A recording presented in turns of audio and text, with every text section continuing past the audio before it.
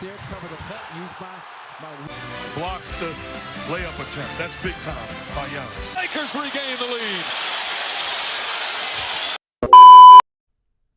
You know what? I've been kind of nice to the Memphis Grizzlies, you know? I haven't said too much about them, with the exception of probably John Morant. But what I have to say about them is what I'm going to have to say about them. I have to release it all out. But before we begin, like, share, and also subscribe to the channel. Also comment down below. It all helps the channel and boosts the channel to hopefully I can get to 1,000 by April, as we're approaching the channel's 1-year anniversary, which is March 31st of last year. But anyways, Memphis Grizzlies, man. The Memphis Grizzlies, ever since they, let's say, are good now, I think for the last couple of years, Memphis has always been somewhat great of a team. Even going back to the days of when they had Zach Randolph and Tony Allen and Michael Conley and all them dudes. They always been a somewhat tough grit team. Because Zach Randolph, he was tough. Tony Allen, he was a tough defender. Defensive Player of the Year, first team all defense. And they had an offense with Mike Conley, also Zach Randolph, also Marc Gasol. I can't forget about Marc Gasol. I think Marc Gasol even won Defensive Player of the Year one of those years. But they just couldn't ever get past the hump at all. I seen that Memphis team in person, right? My only time I went to an NBA playoff game was I think it was the 2012 season with the Memphis Grizzlies playing the Clippers. And that series went down to 7 games, and Memphis played the Clippers tough. Zach Randolph was not playing with Blake Griffin. He was not letting him do all this dunking. He made it hard for that team. That team was a hard-nosed, grit team. I think also they had Rudy Gay at one point in time also as well on that team. And also, they had Gilbert Arenas towards the last of his days in the NBA. But that team has always been a tough-nosed team. They don't play.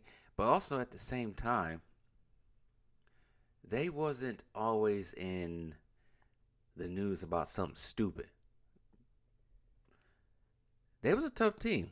They, like I said, I don't know how many people watched it. I know some of my subscribers probably watched it, but for the younger crowd, they was, I wouldn't say, no, they're not the Bad Boy Pistons. Probably not even the Trailblazers from the early 2000s. They were just more, I wouldn't say more watered down, but kind of at times remind me of the Detroit Pistons, the early 2000s. But the only thing about that Memphis Grizzlies team, they couldn't score as much. They can play defense, but they couldn't score. They needed more scores. They did get to a Western Conference Finals back in, I think it was 2013. Was it 2013 or was it 2011? I think it was 2013 against the San Antonio Spurs. I think they got swept though by the Spurs. But now since that team is gone, Tony Allen has been since retired. Marc Gasol, I think, is now retiring or playing overseas. I don't know what happened to Rudy Gay. Last time I checked, he was in Utah. Michael Conley is still, I think, is the only person still around. I'm not recall.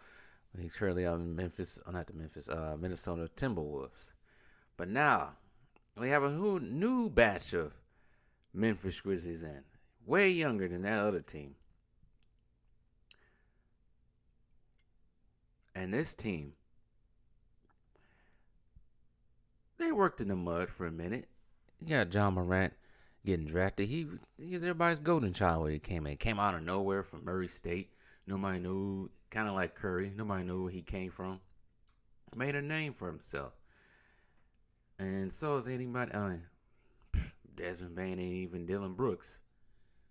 And Jaren Jackson Jr. is actually, his dad played in the NBA, winning the ring with the Spurs back in the day. But now as I look at this team, I don't know what this team is trying to do exactly.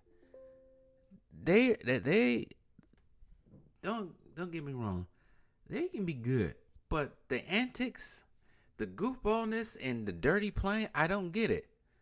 This is not making a name for yourself at all. At least the bad boy Pistons won something. But this team, they are far. They almost on the same level as the bad boy Pistons with their antics. As we already know about John Morant with his gun-toting ways and just being completely, just utterly stupid, and he's a whole apology. I think this is on my live stream not too long ago. I would have took John Morant's apology sincere, but when you start blaming it on mental illness and all kinds of other dumb stuff, you lost me. Because that's not mental illness. That's because you wanted to do it and wanted to look cool. But regardless, I already went in enough on John Morant. This team is slowly becoming the anti-Golden State Warriors. The reason why I call them the anti-Golden State Warriors. You look at the three biggest stars on their team. You got John Morant, plays the point guard position. He cannot shoot like Stephen Curry, but Stephen Curry don't have bounce like John Morant does. And then you get to the other two. Which one do I need to start off with first? I'm gonna start off with Desmond Bane. Desmond Bane is the anti-Klay Thompson. He can somewhat shoot, light skin, buffer than Klay Thompson, probably a little bit more athletic. But what I saw him do to Kevin Love a couple of days ago was completely unnecessary. There's no way in the world he did that on accident. He did that on purpose. If he was trying to make a swing motion so he can get past Kevin Love, he wouldn't need to do all that. He'll go try to demonstrate it right now. I don't know why nobody can see me, but he can easily just tap him lightly on the back as he's going past on his leg. But no, that was a dirty play. Very dirty. And then we got Dylan Brooks, who has been just running his mouth for the past couple of weeks, trying to outdo Draymond Green. And at this point, he looking better than Draymond Green looking better than him. And I cannot stand Draymond Green. I think I read somewhere he's trying to out Draymond Green. Draymond. Which ain't hard to really do. But he's making himself look like an idiot pushing the camera, man. There was no need to push the camera, man. If you want to be a hated team in a good way, they're not accomplished that at all. People are becoming annoyed with this team. And even some of their, stop doing that. Even some of their own fans that get annoyed with their antics. They get annoyed with John Morant not being on the court, acting stupid. They get annoyed with Dylan Brooks always running his mouth. Yeah, recently they beat the Warriors, I think, back-to-back now. Which really don't mean anything. It's a regular season game.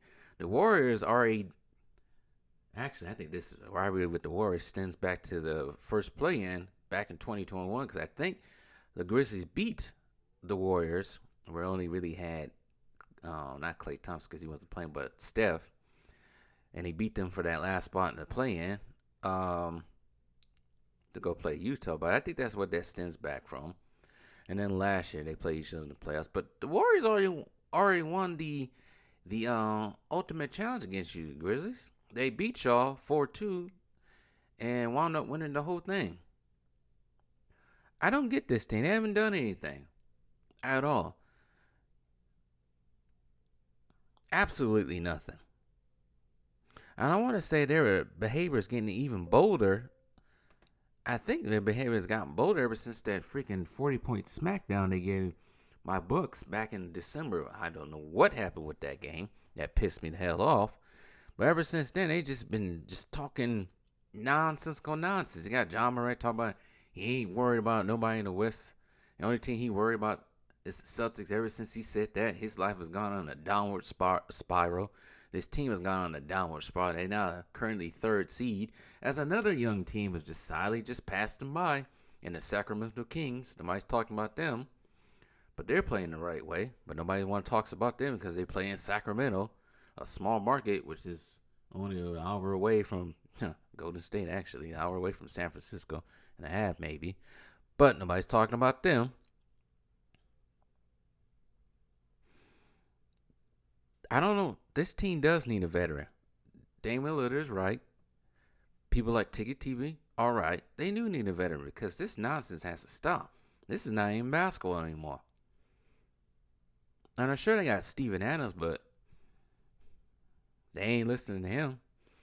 Their coach is too young. I think their coach is only in his mid-30s. Let's see how old their coach is right quick. Let's see. That's another problem with the NBA. They are hiring a lot of young coaches. Not Golden State. Utah, Memphis, Boston now with crazy eyes over there. As Tiki TV calls him, cockeyed coach. Let's see here. Taylor Jenkins. How old is he? 38 years old. I didn't know he was assistant for the Bucks. But anyways, they need more discipline, more veteran leadership. They need more because this team is out of control. And they're going to shoot themselves out the playoffs. Because currently they're a third seed, right? They're a third seed in the West. And if the playoffs was to end today, let's see here. If the playoffs was to end today, I'm trying to look it up right quick.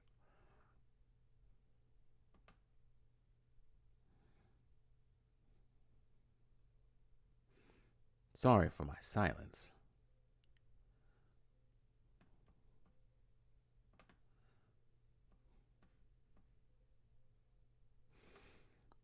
I'm trying to figure out who they would play right now. Sorry. This computer's acting slow. Alright, let's look at NBA standings. Let's see here.